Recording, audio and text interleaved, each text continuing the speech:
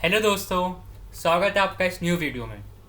आज की वीडियो में हम डिस्कस करेंगे गेट 2015 का क्वेश्चन ऑन सी प्रोग्रामिंग। ये सेट 3 का क्वेश्चन था। गेट 2015 में अप्रॉक्स 3 सेट थे, तो ये सेट 3 का क्वेश्चन है सी प्रोग्रामिंग का। तो चलिए फिर अब इसे डिस्कस करते हैं। और एक चीज़ मैं आपको बताना चाहता हूँ कि अगर आपको मुझे कोई क्वेश्चन भेजना हो जिसमें आपको इशू हो, तो आप इस मेल ID पे भेज सकते हैं, jatingupta.gate@gmail.com। ठीक है, मैं ट्राई करूँगा कि उस पर वीडियो बना दूँ। एंड अगर आपको वीडियोस पसंद आ रही हैं तो प्लीज़ चैनल को सब्सक्राइब कर लीजिए ताकि आपको नोटिफिकेशन टाइम टू टाइम मिलती रहे। ठीक है, तो अब इस क्वेश्चन पर आ जाते हैं। क्वेश्चन का कह रहा है, consider the following C program. एक सी प्रोग्राम हमें दिया हुआ है, ठीक है, ये सी प्रोग्राम पूरा लिखा हुआ है। एंड फर्दर पूछा क्या गया हमसे, the number of times print F statement is executed is. ठीक है, तो कहाँ का प्रिंट एफ स्टेटमेंट्स है, यहाँ से स्विच केस के अंदर 3 प्रिंट एफ स्टेटमेंट्स हैं। तो हमें ये बताना है कि ये प्रिंट एफ स्टेटमेंट कितनी बार एग्जीक्यूट होंगी इस कोड के अंदर। ठीक है, तो चलिए फिर ट्राई करते हैं इस कोड को लाइन बाय लाइन। सबसे पहले रीड करते हैं क्वेश्चन को एंड फर्दर आउटपुट निकालते हैं कि कितनी बार प्रिंट एफ स्टेटमेंट क्या कहते हैं, प्रिंट एफ स्टेटमेंट प्रिंट करेगा। तो सबसे पहले तो हेडर फाइल है, ठीक है। देन फिर मेन फंक्शन की बॉडी स्टार्ट हो रही है, डेफिनेशन दी हुई है मेन फंक्शन की। 3 वेरिएबल हैं इंटीजर टाइप के, आई जे के।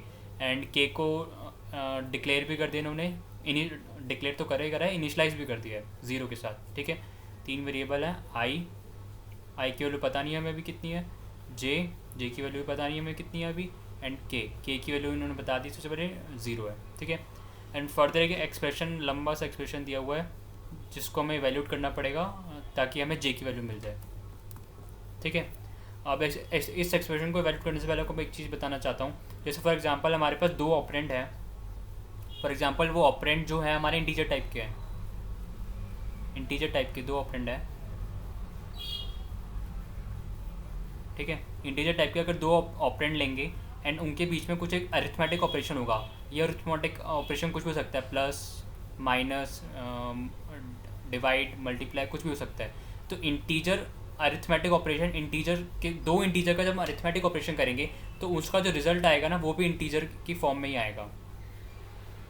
ठीक है, ऐसे ही अगर हमारे पास एक इंटीजर है और एक फ्लोट है, 2 ऑपरेंड है ना, एक इंटीजर और एक फ्लोट है। एंड इनके बीच में जब हम कुछ अरिथमेटिक ऑपरेशन करेंगे, रेदर देन प्लस हो, माइनस हो, डिवाइड हो या फिर मल्टीप्लाई हो, तो ये जो रिजल्ट जो आएगा ना, फाइनल रिजल्ट जो आएगा वो फ्लोट के फॉर्म में आएगा, मतलब डेसिमल वैल्यू के साथ आएगा अपनी। ठीक है, ऐसे ही अगर 2 फ्लोट ऑपरेंड हो,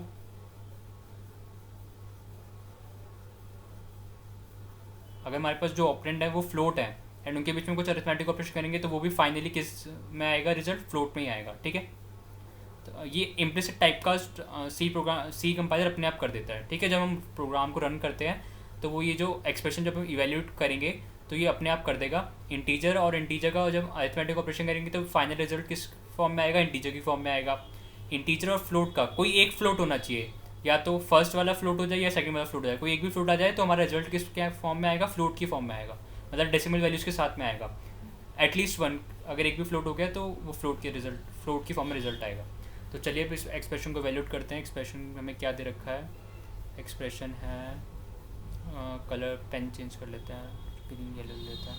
एक्सप्रेशन है 2 into 3 divide by 4 plus 2.0 divide by 5 plus 8 divide by 5। अब आपको इस एक्सप्रेशन को सॉल्व करने के लिए सी प्रेसिडेंस ऑपरेटर टेबल याद होना चाहिए। वैसे इतना ज़्यादा मुश्किल नहीं है याद करना, बट अगर आप 2-3 बार अगर उसे देखेंगे तो और ट्राई करेंगे एग्जांपल्स कुछ कोड करके तो आपको याद हो जाएगा वो। ठीक है, तो सबसे पहले अगर हम देखें इसमें मल्टीप्लाई की सबसे ज़्यादा प्रायोरिटी हाईएस्ट है, मल्टीप्लाई एंड देन डिवाइड, इन दोनों की प्रायोरिटी सेम होती है। जब सेम प्रायोरिटी वाले ऑपरेटर साथ में एडजेसेंट होते हैं, जैसे यहाँ पे भी मल्टीप्लाई है, यहाँ पे भी डिवाइड है, तो हम एसोसिएटिविटी देखते हैं। एसोसिएटिविटी क्या कहती है, मल्टीप्लाई और डिवाइड के केस में हम जो एवेल्यूशन करेंगे लेफ्ट टू राइट जाएंगे। ठीक है, मल्टीप्लाई और डिवाइड की सबसे ज़्यादा प्रायोरिटी है एंड उसके बाद फिर प्लस, 3 ऑपरेटर ही है यहाँ पे, मल्टीप्लाई, डिवाइड और प्लस। तो ठीक है, यहाँ पे हमने प्रायोरिटी भी देख ली और उसको एसोसिएटिविटी भी देख ली। मल्टीप्लाई और डिवाइड के केस में कहाँ कैसे एसोसिएटिविटी होती है, लेफ्ट टू राइट। ठीक है, तो सबसे पहले आएंगे यहाँ पे, इसको वैल्यूट करेंगे 2 इंटू 3 कितना हो जाएगा 6, देन फिर 6 divide by 4 plus 2.0 divide by 5। अब ये क्या है, एक फ्लोट वैल्यू है। फ्लोट वैल्यू और इंटीजर वैल्यू का जब अरिथमेटिक ऑपरेशन करेंगे तो आंसर किस में आएगा, रिजल्ट किस में आएगा, फ्लोट की फॉर्म में आएगा। ठीक है, यहाँ पे बताया था मैंने आपको। तो 2.0 डिवाइड बाई 5 कितना होगा, 0.4 प्लस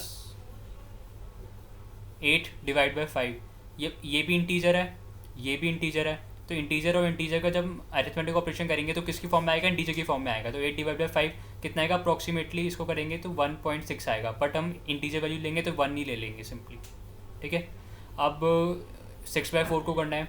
6/4 कितना आएगा, अप्रॉक्सीमेटली 1.5, बट ये दोनों कैसे हैं, इंटीजर है, तो हम क्या ले लेंगे, इंटीजर वाला ही ले लेंगे 1। तो फाइनल एक्सप्रेशन आया कितना है,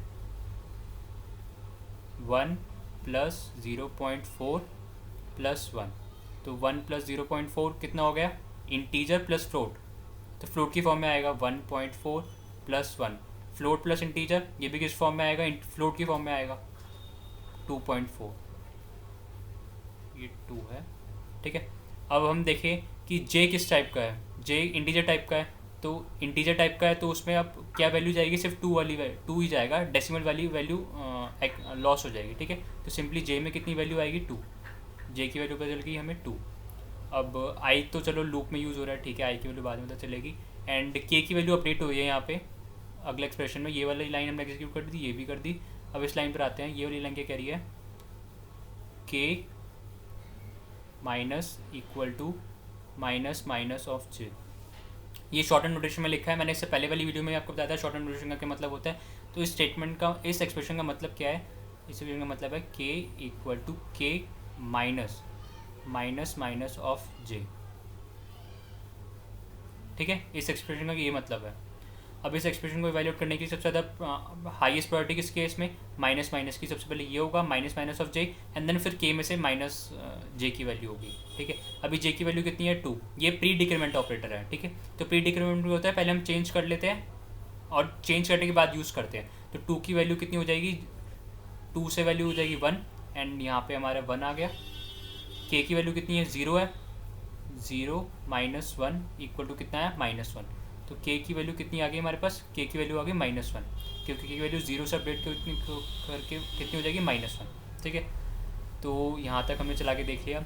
अब फॉर लूप के अंदर आते हैं। फॉर लूप कहाँ से कहाँ तक चल रहा है, आई इक्वल टू 0 से लेके i लेस देन 5 तक, और हर पर इंक्रीमेंट कितना हो रहा है, अपडेशन कितना हो रहा है, आई के अंदर प्लस प्लस हो रहा है। तो इसका मतलब है i इक्वल टू 0 पे चलेगा, i इक्वल टू 1 पे चलेंगे, i इक्वल टू 2 पे, i इक्वल टू 3 पे, एंड i इक्वल टू 4 पे। टोटल 5 टाइम ये लूप चलेगा। ठीक है, तो अब चला के देखते हैं इस लूप को।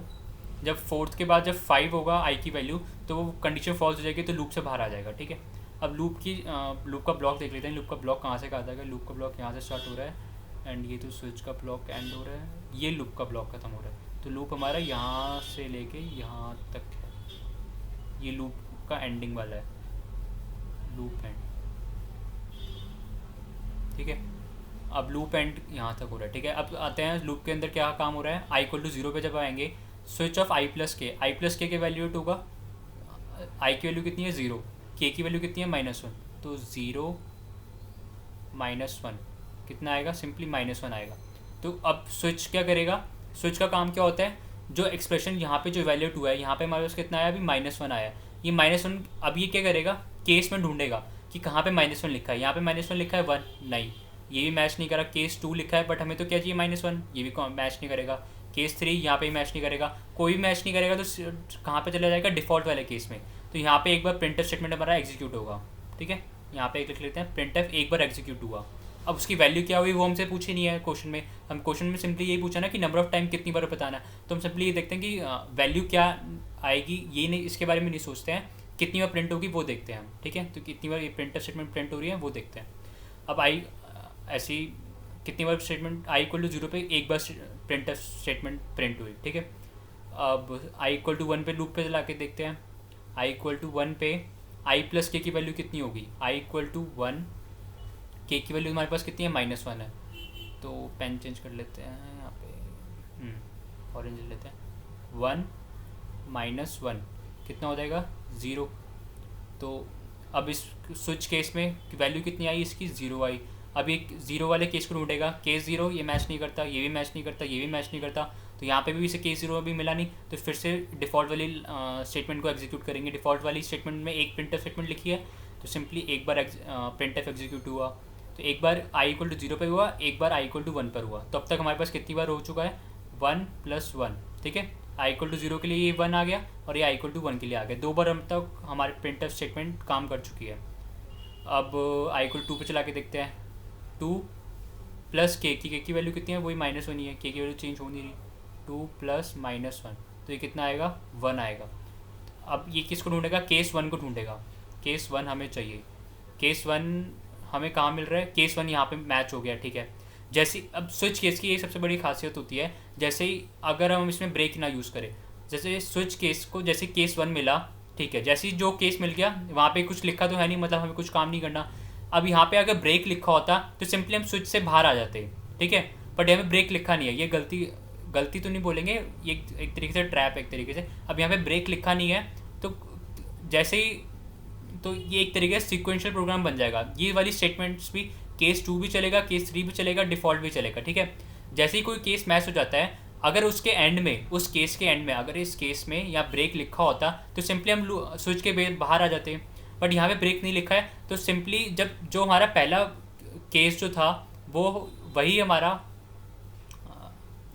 एवेल्यूएट हो रहा है, तो सिंपली उसके बाद वाला जो जितने भी केसेस के अंदर वैल्यूज़ हैं वो सारी एग्जीक्यूट होंगी। जब तक उसे ब्रेक नहीं मिलेगा तब तक वो बाहर स्विच से आएगा नहीं, ठीक है। तो यहाँ पे कितनी बार प्रिंटफ स्टेटमेंट एग्जीक्यूट होंगी, एक बार ये इसके लिए, केस 2 के लिए, केस 3 के लिए, एक बार डिफ़ॉल्ट के लिए, तो ये 3 बार यहाँ पे प्रिंटफ स्टेटमेंट हमारी एग्जीक्यूट होगी, 1 + 1 + 3।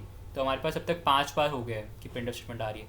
अब आई इक्वल टू 3 पर चला के देखते हैं, आई इक्वल टू 3 में आई प्लस के कितना आएगा, 3 + -1, 3 + -1 कितना हो जाएगा, 2। अब ये केस 2 पे मैच हो रहा है, केस 2 पे एक बार प्रिंटफ स्टेटमेंट चलेगी, केस 2 में फिर से ब्रेक लिखा नहीं है, तो फिर से अगली वाली स्टेटमेंट भी चलेगी, एंड यहाँ पे भी अगली वाली स्टेटमेंट भी चलेगी। तो यहाँ पे कितनी बार प्रिंटफ स्टेटमेंट चली, 3 बार चली, तो ये +3 हो गया, ठीक है। अब आई इक्वल टू 4 पर आते हैं, I equal to 4 I plus के इवेल्यूट करेंगे, 4 + -1, 4 + -1 कितना हो गया, 3। केस 3 से मैच कर गया, ये केस 3 में मैच कर गया, तो अब एक तो ये वाली लाइन चलेगी एंड एक ये वाली लाइन, केस 3 वाली अपनी और डिफ़ॉल्ट वाली अपनी। तो ये कितनी बार चल रहा है, यहाँ पे 2 बार प्रिंटफ स्टेटमेंट चल रहा है, तो ये कितना हो गया, +2। एंड आई इक्वल टू 5 पे फर्दर तो लूप से एग्जिट हो जाएंगे, ठीक है। लूप से एग्जिट होंगे तो ये लूप का एंड हो रहा है यहाँ पे, और सिंपली रिटर्न 0 करा देंगे, ठीक है।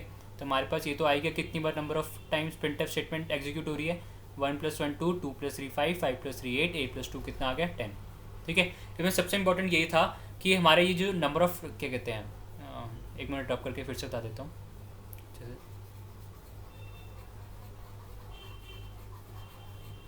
सबसे इम्पोर्टेंट यही था कि कितनी बार, जैसे अगर मान लीजिए ये वाला केस एक बार मैच हो गया, तो उसके बाद जो आपका कोड है ना, स्विच के सारे केसेस एक तरीके से आप इसको मान सकते हैं यहाँ पे कुछ नहीं लिखा, एक तरीके से ये सारी सिक्वेंशियल प्रोग्राम की तरह चलेगा। सिंपली जैसे कोई केस मैच हो जाएगा, जैसे फॉर एग्जांपल केस 3 मैच हुआ, तो केस 3 के नीचे वाली सारी लाइनें चलेंगी, जब तक उसे ब्रेक नहीं मिलेगा वो स्विच केस से बाहर नहीं आएगा, ठीक है।